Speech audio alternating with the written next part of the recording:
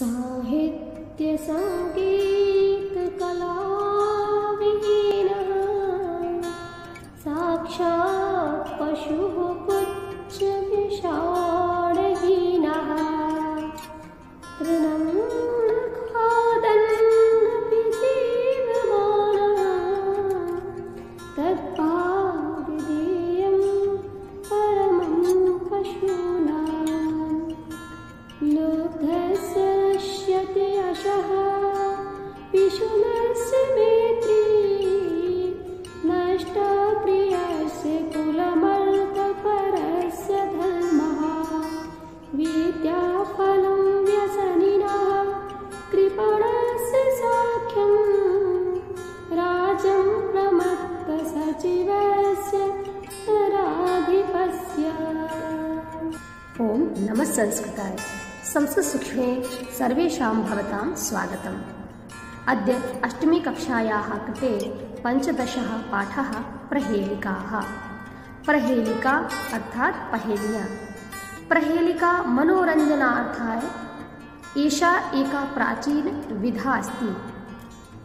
एताः प्रायः विश्वस्य सर्वासु भाषासु उपलब्धाः सन्ति। संस्कृतस्य कवयः एतां परम्पराम् अत्यन्त समृद्धा कृतवन्तः।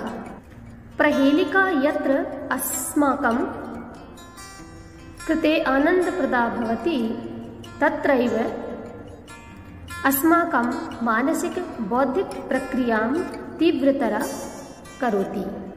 अस्मिन् पाठे संस्कृत प्रहेलिकानां रोचकानि उदाहरणानि प्रस्तुतानि सन्ति। तर्हि आगच्छतु प्रहेलिकाः पठामः। कस्तूरी जायते कस्मात् को हन्ति करिणां कुलं किं कुर्यात् कातरो युद्धे मृगात् सिंहः पलायते। कस्तूरी जायते कस्मात्। कस्तूरी यानी एक वस्तु जो हमें प्राप्त की जाती है किसी के माध्यम से। जायते यानी पैदा होती है, कस्मात यानी कहाँ से। तो इसका अर्थ करेंगे हम, कस्तूरी कहाँ से पैदा होती है या प्राप्त की जाती है। को हन्ति करिणाम कुलम। को यानी कौन, कहा, कहा को उकार, यहाँ पर उत्व हो जाएगा विसर्ग संधि तो ओकार हो जाएगा। तो कौन हंती यानी मारता है, करिणाम यानी हाथियों के समूह को, कुलम यानी समूह को, करिणाम कुलम हाथियों के समूह को। कौन हाथियों के समूह को मारता है। ये तीनों प्रश्न हैं और इनके उत्तर चौथी लाइन में दिए गए हैं। किम कुर्यात् कातरो युद्धे।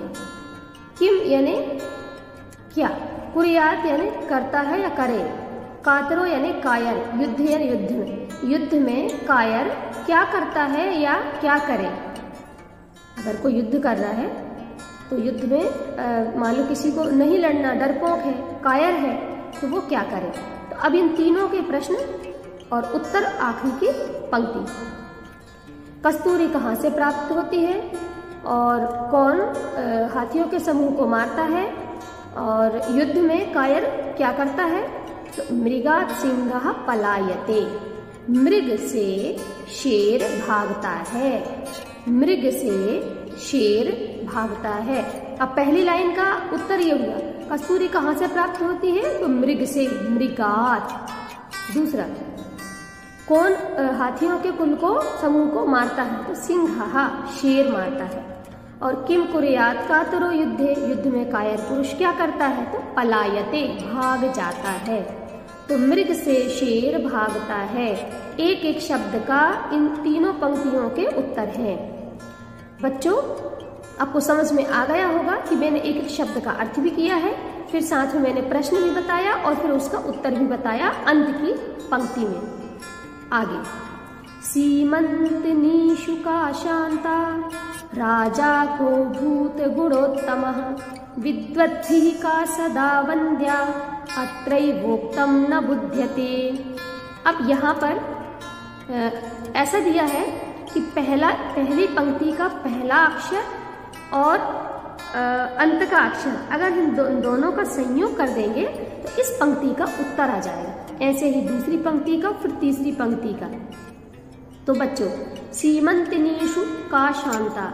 अब यहाँ सीमंतनी कहते हैं स्त्री को, नारी को, और सीमंतनीषु यानी नारियों में सप्तमी का बहुवचनम। तो नारियों में का शांता, कौन शांत है, सबसे धैर्यशालिनी है। शांत मतलब धैर्यशालिनी, जिसके पास धैर्य है वही शांत होता है या होती है। तो पहला अक्षर और आखिरी का ता, सीता। तो उत्तर क्या हो जाएगा? सीता। नारियों में सीता शांता। ठीक है। अब दूसरी लाइन, राजा को भूत गुणोत्तमः। राजा को भूत गुणोत्तमः, अब इसको हम प्रश्नात्मक रूप से भी कर सकते हैं और करना ही चाहिए। सीमंतनीषु का शांता सीता, राजा को भूत गुणोत्तमः।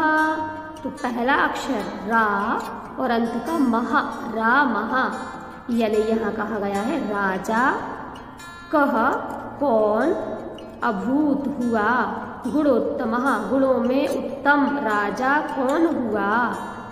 तो उत्तर क्या आ जाएगा? रामः।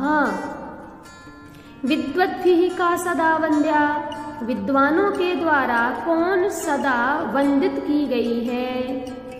प्रश्न कहा गया यहाँ, विद्वानों के द्वारा हमेशा सर्वदा कौन वंदित की गई है। तो प्रथम और अंत विद्या, विद्या, विद्या विद्वद्भिः सदा वंद्या। अब आगे अत्रैवोक्तम न बुध्यते। अब यहाँ पर ये कहा है कि अगर यहाँ बताया गया है नियम कि प्रत्येक पंक्ति का उत्तर प्रथम अक्षर और अंत का अक्षर होगा, तो उनको मिला करके आप उत्तर बना लेंगे। अगर फिर भी यहाँ पर कोई जो कहा गया है अगर वो भी समझ में ना आए तो न बुध्यते, तो वो कभी बुद्धिमान नहीं हो सकता। अत्रैव उक्तम न बुध्यते, अत्र एव उक्तम न बुध्यते। यहाँ पर जो कहा गया है अगर वो समझ में नहीं आ रहा तो न बुध्यते, तो फिर उसे कोई नहीं समझा सकता। अगला, कम संजघान कृष्णः। कृष्ण ने किसको मारा? संजघान, संजघान, जघान यानी विनाश किया, कम यानी किसका, किसको, कृष्ण यानी कृष्ण, कृष्ण ने किसको मारा। यहाँ पर भी वही करेंगे हम उत्तर के लिए।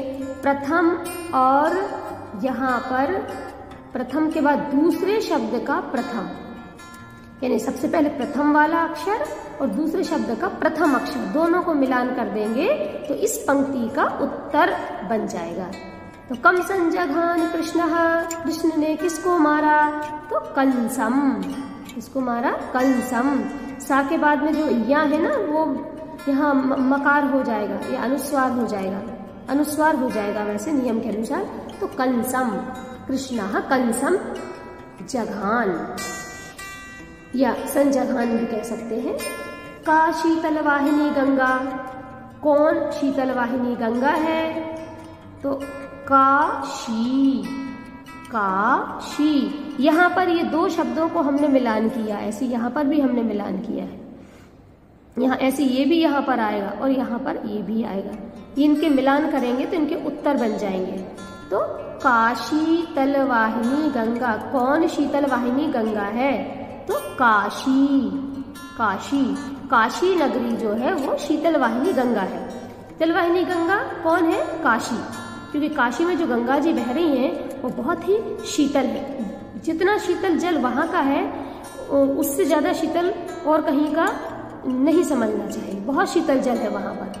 और काशी के पास में जो जल आ रहा है जहाँ से, वो हिमालय से होते हुए, तो उसमें उस जल में आयुर्वेदिक औषधियाँ घुलती हुई आ रही हैं, घुलती मिलती आ रही हैं। इसलिए गंगा का जल बहुत ही पवित्र और निरोगिता प्रदान करने वाला माना जाता है। तो काशी, उत्तर क्या आ जाएगा? काशी। के दार पोषण रताहा। अब यहाँ पर दार पोषण रता, के यानी कौन, के दार पोषण रताहा। यह दार पोषण रताहा का मतलब क्या है? तो इसका मतलब ये है कि केदार पोषण, दार पोषण रता है यानी पत्नी के कार्य में संलग्न रहना, यानी पत्नी की सेवा में लगे रहना। तो पत्नी की सेवा में कौन लगा है? तो यहाँ पर पत्नी किसको कहा है? यहाँ पर पृथ्वी को कहा है। तो पृथ्वी रूपी पत्नी के कार्य में सेवा में कौन लगा है? तो उत्तर क्या आ जाएगा? केदार।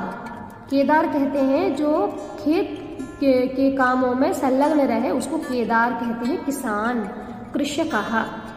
तो पत्नी रूपी पृथ्वी के सेवा में कौन रत है, कौन लगा हुआ है? तो केदार। उत्तर क्या आ जाएगा? केदार यानी कि कृषक। कम बलवंतम न बाधते शीतम, किसको शीत से नहीं बचा पाता? बलवंतम यानी बलवान, ना बाधते नहीं रोक पाता है, शीतम शीत को।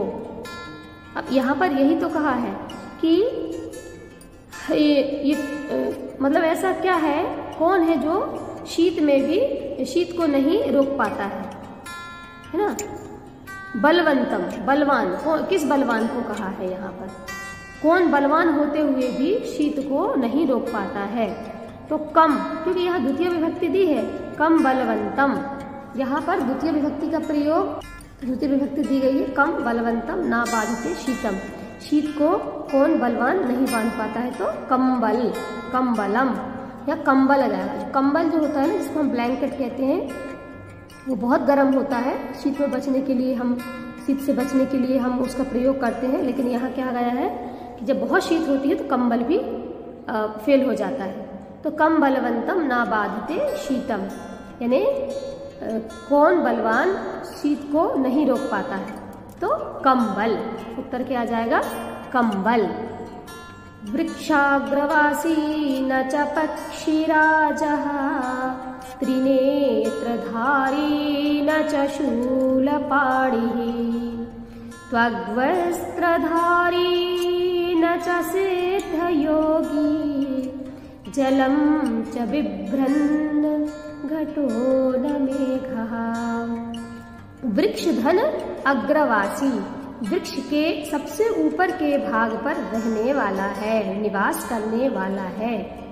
न च पक्षीराजा, किंतु पक्षीराज गरुड़ नहीं है।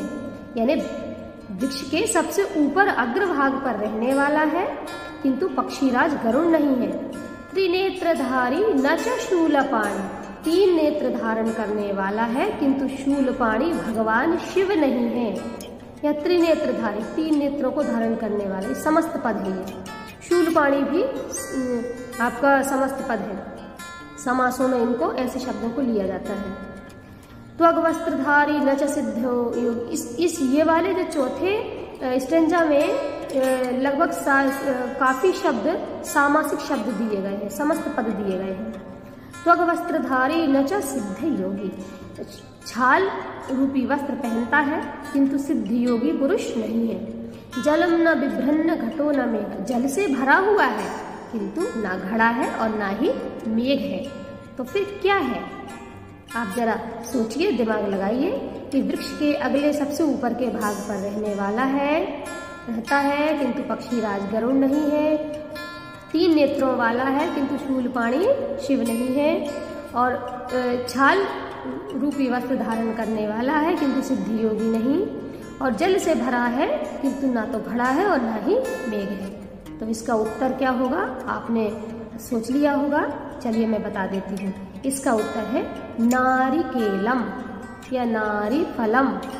नारियल, नारियल जो होता है वो उसकी कुछ ऐसी ही विशेषता होती है। तो नारिकेल फलम, नारिकेल फलम, इसका उत्तर आ जाएगा नारिकेल फलम। आगे आगे देखिए, पंचमा वाक्य। भोजनान्ते च किं पेयं, जयन्तः कस्य वैसुतः, कथम विष्णुपदं प्रोक्तम, तक्रम शक्रस्य दुर्लभम। अब इसमें भी ऐसा ही है कि इसमें तीन पंक्तियों में प्रश्न पूछे हैं और चौथी पंक्ति में उसका उत्तर दिया। जैसे भोजन धन अंते, भोजन के अंत में, भोजनान्ते, भोजन के अंत में, च किम पेयम, क्या पीना चाहिए। यहाँ पा धातु है, पा यानी पिब, पिब यानी पीना, है ना। तो यहाँ पर यत प्रत्यय है, पा धन यत, पेयम ऐसा बन जाए, पीने योग्य। भोजन के अंत में क्या पीने योग्य है? ये अब इनके उत्तर नीचे की पंक्ति में आएगा। जयंतः कस्य वै सुतः, जयंत किसका पुत्र है? जयंतः कस्य किसका, निश्चित रूप से, वै निश्चित रूप से, निश्चितता के साथ, सुतः पुत्र है। कथम विष्णु पदम प्रोक्तम, विष्णु के पद कैसे कहे गए हैं? विष्णु के पद कैसे कहे गए हैं? कथम यानी कैसे, प्रोक्तम यानी कहे गए हैं। तक्रम शक्रस्य दुर्लभम, तक्र यानी कि छाछ, शक्रस्य यानी इंद्र का, और दुर्लभम यानी दुर्लभ। अब देखिए पहले प्रश्न का उत्तर क्या आएगा? भोजनांते च किम पेयम, भोजन के अंत में क्या पीना चाहिए? तो तक्रम, छाछ पीना चाहिए। जयंतः कस्य वै सुतः, जयंत किसका पुत्र है? शक्रस्य, कस्य है तो शक्रस्य, किसका पुत्र है? शक्र का पुत्र। जयंतः शक्रस्य वै सुतः। कथम विष्णु पदम प्रोक्तम, विष्णु के पद, विष्णु के चरण कैसे कहे गए हैं? दुर्लभम, दुर्लभ कहे गए हैं। तो आ गया ना, छाछ इंद्र का दुर्लभ है। ये तीनों के उत्तर यहाँ पर है आखिरी की पंक्ति में। तो बच्चों, इस प्रकार हमने इन पहेलियों का आनंद लिया। ये पहेलिकाएं बहुत ही मनमोहक और बहुत ही मनोरंजनात्मक होती हैं। तो इस परंपरा को हमें आगे बढ़ाना चाहिए और हमें पहेलिकाओं का निर्माण भी करना चाहिए संस्कृत भाषा में। इस पुस्तक में इन पहेलिकाओं को समझने के लिए देखिए यहाँ पर कुछ शब्दार्थ दिए गए हैं। इन शब्दार्थों के माध्यम से आप उन पहेलिकाओं के अर्थ को आसानी से समझ सकते हैं। इसलिए सर्वप्रथम भाषा को जानने हेतु आपको भाषा की शब्द मालिका यानी कि शब्दार्थ मालिका, जो शब्दों का भंडार है, उसे बढ़ाना चाहिए। अस्तु, धन्यवाद।